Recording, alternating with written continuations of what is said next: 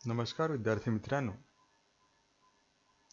आज आपण इयत्ता 10वी आपला विषय आहे गणित भाग 2 प्रकरण क्रमांक 2 पायथागोरसचे प्रमेय।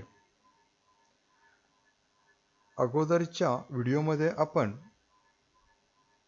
पायथागोरसच्या प्रमेय ह्या प्रकरणाला सुरुवात केलेली, त्यामधील आपण काही घटक बघितलेले आहेत। आज आपण समरूपता आणि काटकोन त्रिकोण ह्या प्रमेयाची सिद्धता अभ्यासणार आहोत।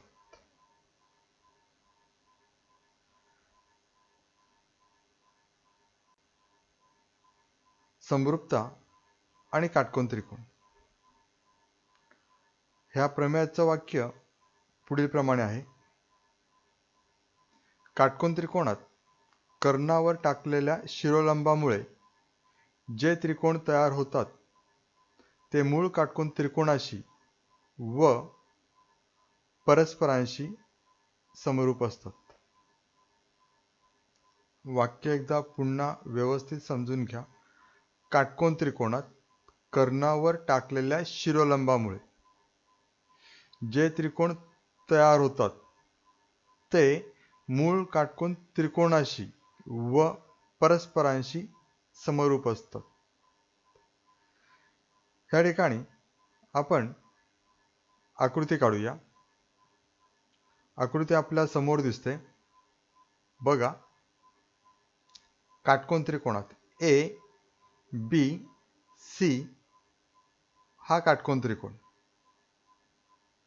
ए बी सी हा झाला काटकोन त्रिकोण।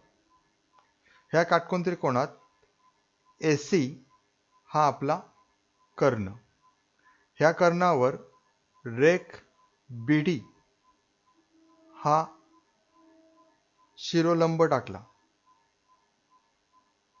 ह्या शिरोलंबामुळे जे त्रिकोण तयार होतात ADB हा एक काटकोन त्रिकोण,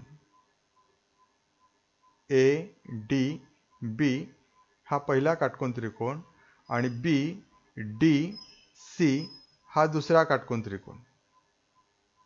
म्हणजे या ठिकाणी एकूण ABC हा झाला मूळ काटकोन त्रिकोण आणि तयार झालेला नवीन ADB हा दुसरा काटकोन त्रिकोण, BDC हा तिसरा काटकोन त्रिकोण। हे तिन्ही काटकोन त्रिकोण परस्परांशी समरूप आहेत हे आपल्याला सिद्ध करायचं आहे। मग या ठिकाणी पक्ष लिहूया। त्रिकोण ABC मध्ये आपला मूळ काटकोन त्रिकोण, त्या मूळ काटकोन त्रिकोणामध्ये कोन ABC हा 90 अंश, म्हणजे ABC ह्या त्रिकोणामध्ये ABC हा जो कोन आहे हा 90 अंश मापाचा। रेख BD लंब रेख AC, रेख BD हा रेख AC ला लंब आहे। हे झालं आपलं लंबचं चिन्ह। त्याचप्रमाणे ADC ह्याचा अर्थ बिंदू D हा A आणि C ह्यांच्या दरम्यान असेल, म्हणजे बिंदू D हा रेख AC वर A आणि C च्या दरम्यान कुठेही असेल। आपल्याला साध्य करायचं आहे, पुन्हा एकदा सांगतोय की मूळ काटकोन त्रिकोण ABC आणि जे नवीन त्रिकोण तयार झालेत ते दोन त्रिकोण परस्परांशी आणि मूळ काटकोन त्रिकोणाशी समरूप असतात। म्हणून या ठिकाणी पहिलं साध्य करायचं आहे ADB समरूप त्रिकोण ABC हा ADB समरूप त्रिकोण ABC। त्याचप्रमाणे बी डी सी समरूप त्रिकोण ए बी सी आणि ए डी बी आणि बी डी सी हे परस्परांशी समरूप आहेत हे आपल्याला दाखवायचं आहे. आता ज्या वेळेला आपण साध्य लिहितोय त्यावेळेला त्यांची एकाच एक संगती ह्याच ठिकाणी लिहिणं आवश्यक आहे. बघा, ए बी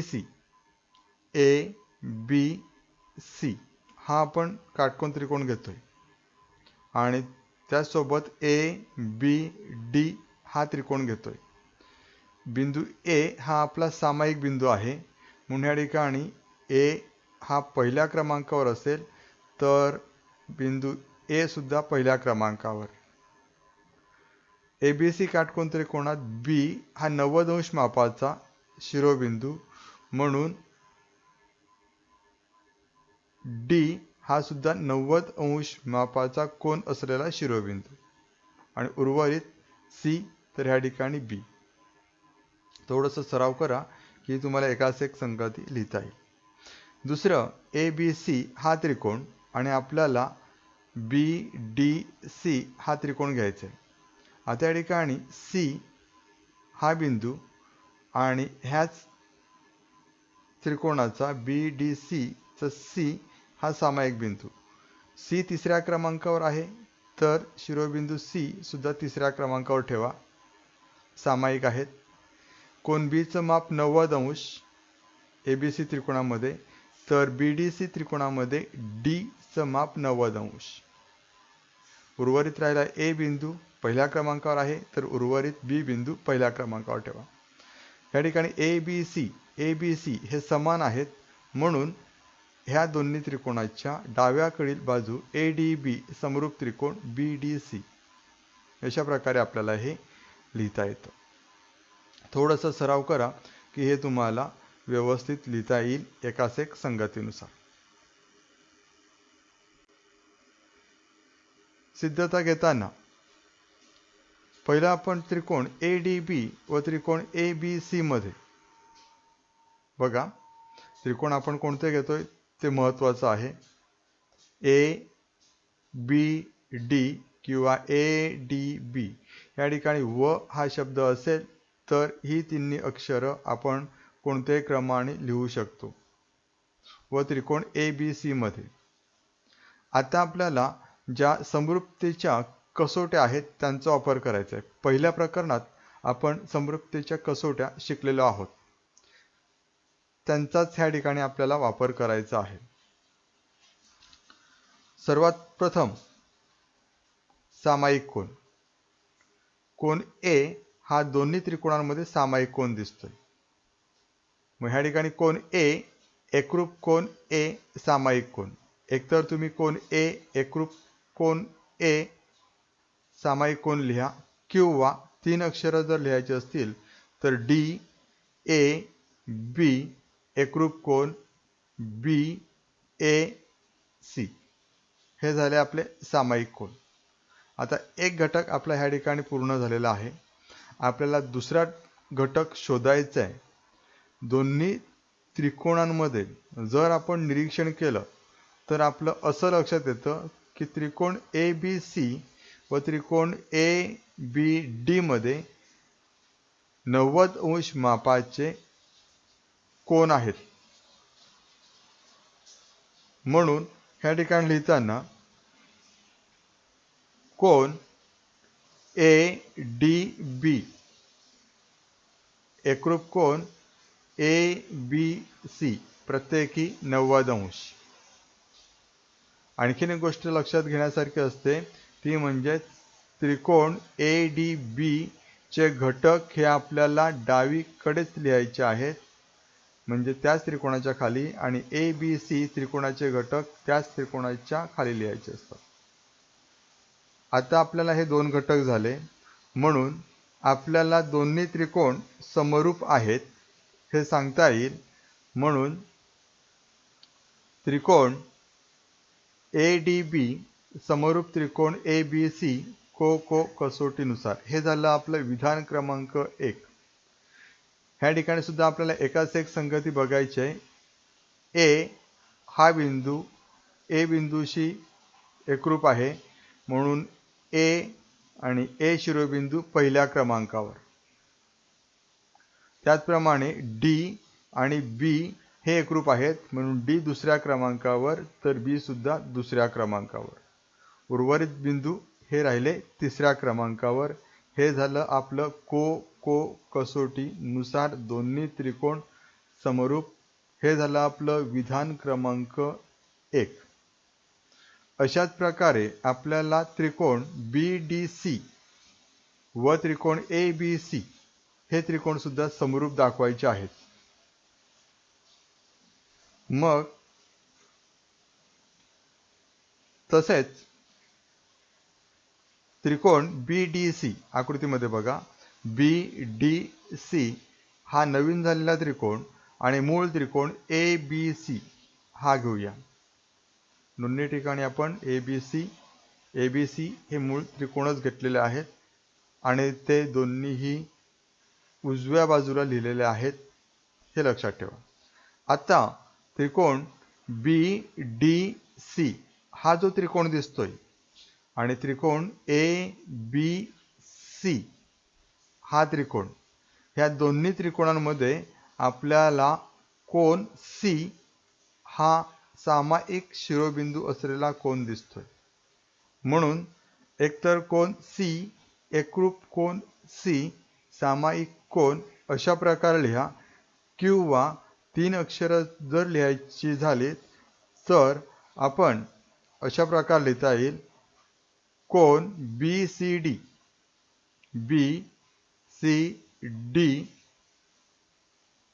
एकरूप कोन ACB सामायिक कोन. किंवा हेच विधान कोन C एकरूप कोन C सामायिक कोन अशा प्रकारे आपल्याला लिहिता येतं.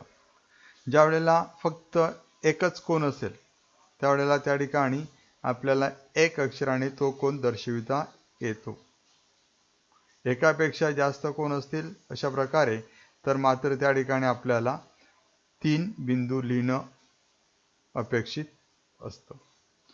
आता हा आपला एक घटक झाला, एक कोन.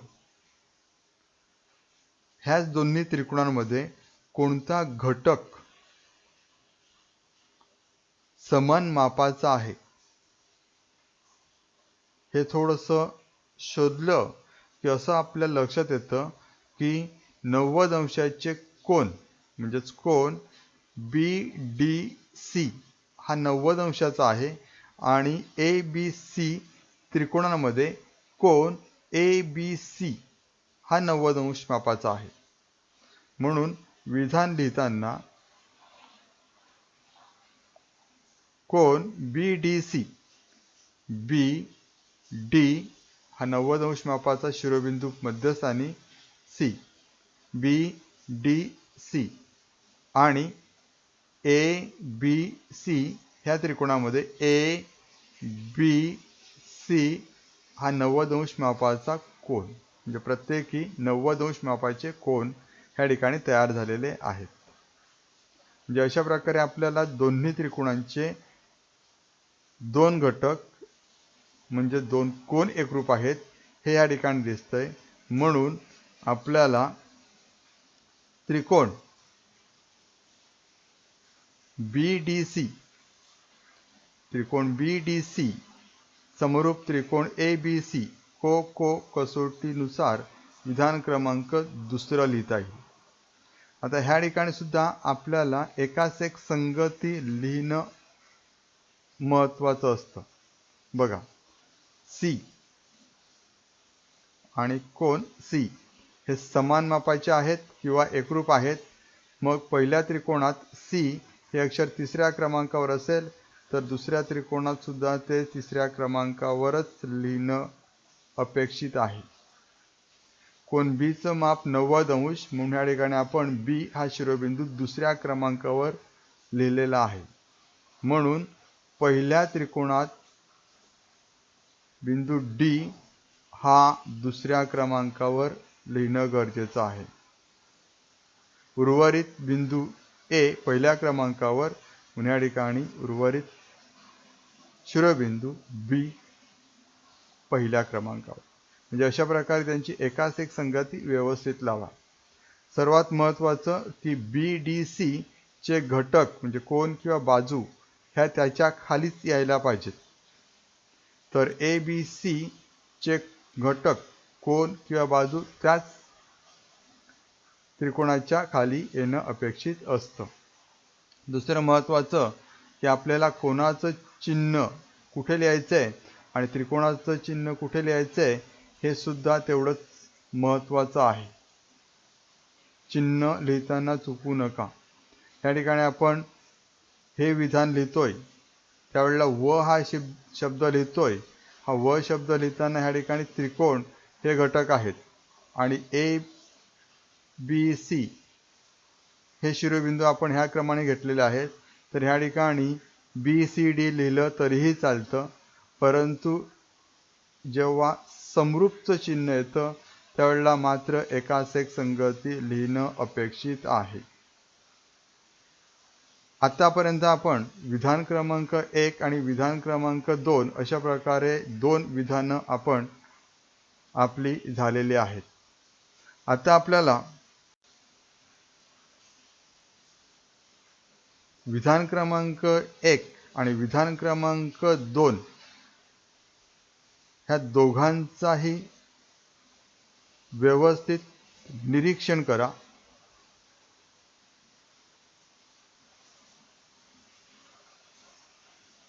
म्हणून विधान 1 व 2 वरून आपल्याला पुढचं विधान लिहायचं आहे. जर आपण थोडंसं निरीक्षण जर केलं ह्या विधान क्रमांक 1चं, तर त्रिकोण ADB समरूप त्रिकोण ABC आहे.